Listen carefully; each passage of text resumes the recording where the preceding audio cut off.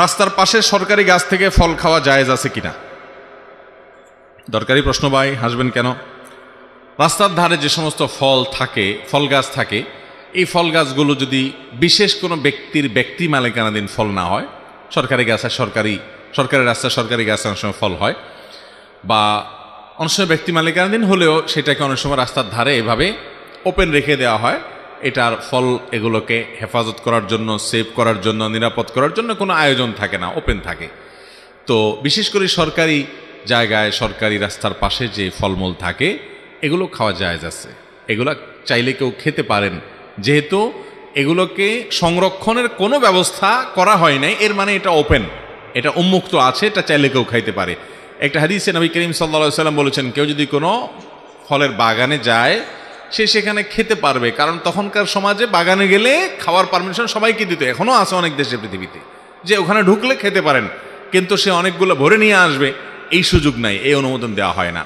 অতএব রাস্তার ধারে এরকম কোনো ফল আছে, এটা সিস্টেমই বলে দিচ্ছে যে এটা কেউ খেলে মালিক কর্তৃপক্ষের কোনো আপত্তির ব্যাপার নাই, অতএব কেউ চাইলে সেখান থেকে খেতে পারবে। এমনকি আমাদের আশেপাশে দেখা যায় অনেক আম গাছ থেকে আম পড়ে, তাল গাছ থেকে তাল পড়ে, অনেক ফল ঝরে পড়ে, এগুলো নেওয়া যাবে কিনা? উত্তর হলো, মালিক পক্ষের যদি অনুমতি থাকে, সে অনুমতিটা বোঝা যায় বিভিন্নভাবে। যেমন কথার কথা, এটাকে হেফাজত করার মতো কোনো ব্যবস্থা নেই, অনেকে কাঁটা দিয়ে রাখে, অনেকে বেড়া দিয়ে রাখে, অনেকে জাল দিয়ে রাখে, এগুলো দেখলে তো বোঝাই যাচ্ছে যে উনি আপনাকে এটা নিতে দিচ্ছে না, তখন ওটা খাওয়া জায়েজ হবে।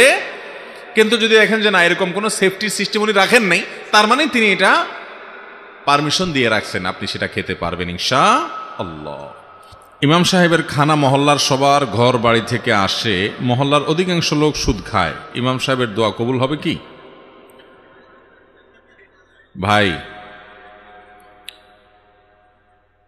ইমাম সাহেব ওয়াজ করেন, হারাম ঘরের দোয়া কবুল হয় না, এবার ইমাম সাহেবই ধরে বসছেন আপনারা যে সেই যদি হারাম খায় তার দোয়া কবুল হবে কিনা?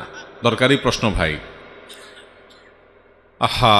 ইমাম সাহেব বা উলামায়ে কেরাম এর কর্তব্য হলো, তারা মানুষকে হারাম থেকে বিরত থাকার নির্দেশ শুধু দিবে তা নয়, তারা হারামকে সর্বতভাবে বর্জন করবেন। এবং সেজন্য মসজিদের বিভিন্ন বাসাবাড়ি থেকে যদি খাবার আসে, ইমাম সাহেব তিনি যথাসম্ভব জানার চেষ্টা করবেন তাদের উপার্জন কি, এবং হারাম হলে সেই খানা বর্জন করবেন বিনয়ের সাথে, কৌশলে, যেভাবে পারেন। আর তার চেয়ে আগের কর্তব্য মসজিদ কর্তৃপক্ষের, যে তাদের ইমাম সাহেবের দোয়াটা অন্তত কবুল হোক। সবই যদি হারামখোর হইয়া দোয়াটা কবুলের রাস্তা সব বন্ধ হয়ে যায়, একটা লোকরে দিয়ে একটু দোয়া করাবেন বা তার কাছে দোয়া চাইবেন, এই দোয়া চাওয়ার রাস্তাটাও যদি শেষ হয়ে যায়, তাহলে যাবেন কোন দিকে? অন্তত ইমাম সাহেবকে অন্তত পাপমুক্ত, হারাম খাবার মুক্ত রাখেন। সেজন্য কর্তৃপক্ষের উচিত হালাল খোর দেখে দেখে তাদের বাসায় খানা দেওয়া, হারাম খোরদের বাসায় ইমাম সাহেবের খানা না দেওয়া। মুশকিল হলো হালাল খোরের চাইতে এখন হারাম খোরের সংখ্যা অনেক, আবার হালাল খোরদের টিফিন বাটিতে এত ভালো কিছু হুজুরে দিতে পারে না বেচারারা। হুজুরও অনেক সময় হারাম খোরের টিফিন বাটির আইটেম দেখে খুশি থাকে অনেক সময়। আল্লাহ তাআলা আমাদের সবাইকে হেদায়েতের তৌফিক নসিব করুন। আমার ওয়াজ মাহফিল এর দাওয়াত যারা দেন আমাকে, আমি একটা ফরম দেই, আমার অফিস থেকে একটা ফরম দেওয়া হয়, আসুন্নাহ ফাউন্ডেশন থেকে একটা ফরম দেওয়া হয়। সেই ফরমে 12-13টা শর্ত দেওয়া আছে যে আমাদের মাহফিল নিতে হলে এই শর্তগুলো পূরণ করে সেখানে স্বাক্ষর দিয়ে সভাপতি, সেক্রেটারি আবেদন করতে হবে। এরপরে সেটা যদি মঞ্জুর হয়, এই শর্তগুলোর কোনো একটার ব্যত্যয় হলে আমরা মাহফিল স্থল থেকে ফিরে যাওয়ার অধিকার আমরা রাখি, সেরকম লেখাজোখা থাকে আমাদের। কারণ কন্ট্যাক্ট ছাড়া আজকাল কোথায় যে কোন ধরা খায়, আবার এই জন্য আমরা কন্ট্যাক্ট করে যাই। কন্ট্যাক্ট মানে আবার পয়সা বুঝেন না আপনারা, তো পয়সা ছাড়া আজকাল কিছু, কন্ট্যাক্ট শুনলে মনে করেন পয়সা। ভাইরা আমার, সেখানে একটা পয়েন্ট লেখা আছে, কোনো বাসা বাড়িতে যদি আমাকে খেতে হয় তাহলে সেই খাবার হালাল এটি নিশ্চিত করতে হবে।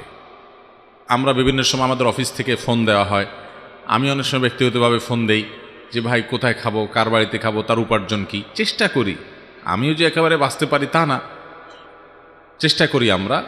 এরকম ইমাম সাহেবদের চেষ্টা করতে হবে, মসজিদ কমিটির লোকদের চেষ্টা করতে হবে। মুশকিল হলো কমিটির লোক বেচারা কি চেষ্টা করবে? বেশিরভাগ কমিটিতে যারা আছেন, ভালো মানুষ তো অনেক আছে, কিছু লোক আছে আল্লাহর বান্দারা নিজেরাই হালাল হারামের বাজ বিচার মনে করে সারা জীবন গুনাহ অপরাধ পাপ যা করছি না করছি, এবার একটু মসজিদ কমিটিতে ঢুকে আল্লাহর ঘরের খেদমত করে টোরে যদি সব কাটাকাটি হয়ে যায়, ভাইরা আমার, এটা ভুল।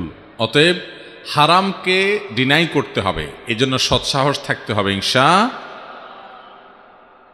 ইমাম সাহেব যদি হারাম খানা খান, তার দোয়া কবুল হবে না, কারণ হারাম বক্ষণকারীর দোয়া কবুল হয় না। নবী করিম সাল্লাল্লাহু আলাইহি ওয়াসাল্লাম বলেছেন, একজন হারাম উপার্জনকারী সে অনেক দূর থেকে সফর করে এলোমেলো চুল, এলোমেলো দাড়ি, পশম এগুলো নিয়ে, ধুলোমলিন শরীর, কাপড় চোপড় নিয়ে সে মক্কায় গেছে ওমরা করার জন্য, হজ করার জন্য।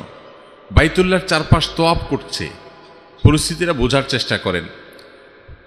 দীর্ঘ পথ পাড়ি দিয়ে অনেক কষ্ট করে এলোমেলো চুল নিয়ে, সেই যুগের মানুষ শত শত মাইল হেঁটে, ঘোড়ায়, উঁটে, বিভিন্ন কিছুতে করে আসতো, জীবন বাজি রেখে গেছে আল্লাহর ঘরে, গিয়ে বাইতুল্লাহর চারপাশ তোয়াফ করছে, বাইতুল্লায় হাজির হয়ে আল্লাহর কাছে দোয়া করছে দুই হাত তুলে। নবী করিম সাল্লাল্লাহু আলাইহি ওয়াসাল্লাম বলেছেন, আন্না ইউস্তাজাবু লিযালিক, তার কিভাবে দোয়া কবুল হতে পারে? অসম্ভব। যত কষ্ট করুক, বাইতুল্লাহর ভিতরে ঢুকে দোয়া করুক, কবুল হবে না। কারণ তার শরীর হারাম দ্বারা গঠন হয়েছে, তার পোশাক আশাক হারাম দ্বারায় সে কিনেছে। এই হারামের সংশ্লিষ্ট এত ভয়াবহ বিষয় ভাইরা। অতএব হারাম থেকে বাঁচার জন্য আমাদের সংকল্প করতে হবে। সবার চেষ্টা করবো তো ইনশাআল্লাহ। মুশকিল হলো হারাম থেকে বাঁচবেন কেমনে?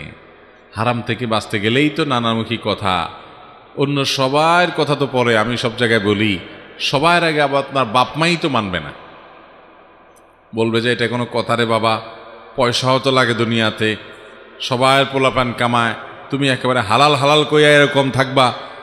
বাপমাও মানবে না, বউ বাচ্চাও মানবে না, সারা দুনিয়ার একজন মানুষও যদি না মানে কিচ্ছু আসে যায় না। তারপরও হারামের কাছে কোনো প্রকার মাথা নত করা যাবে। মুশকিল হলো হারামের কাছে মাথা নত না করলে হুজুররাও দাম দিবে না, আমরাও দাম দেব না ভাই। পয়সা করি থাকলে সবাই কদর করে, মাহফিলেও মারহাবা নারায়ে তাকবীর শোনা যায়, তাই না ভাইরা আমার? গোটা দুনিয়ার মানুষ মারহাবা দিলেও আমি হারাম কামাবো না, আর একটা মানুষ যদি আমার সাথে না থাকে তবু আমি হারামে যাব না। এর নাম ঈমান। আল্লাহ তাআলা আমাদেরকে সেরকম ঈমানদার হওয়ার তৌফিক দান করুন। অতএব ইমাম সাহেব হোক, আমরা নিজেরা হই, কেউ হারাম ভক্ষণ করব না। আপনি হারাম উপার্জন করেন নাই, কিন্তু ভক্ষণ করছেন, গুনাহ আপনার হবে না। হয়তো কোনো কোনো ক্ষেত্রে আপনি না জানা খাইছেন, কিন্তু এটার যে প্রতিক্রিয়া, প্রভাব, সেটা আপনার মধ্যে পড়বেই পড়বে, ইবাদতের স্বাদ নষ্ট হয়ে যাবে। এজন্য হারাম খানা থেকে নিজেরা তো বাঁচবেনই, ইমাম সাহেবদেরকে বিশেষভাবে বাঁচানোর চেষ্টা করবেন ইনশাআল্লাহ।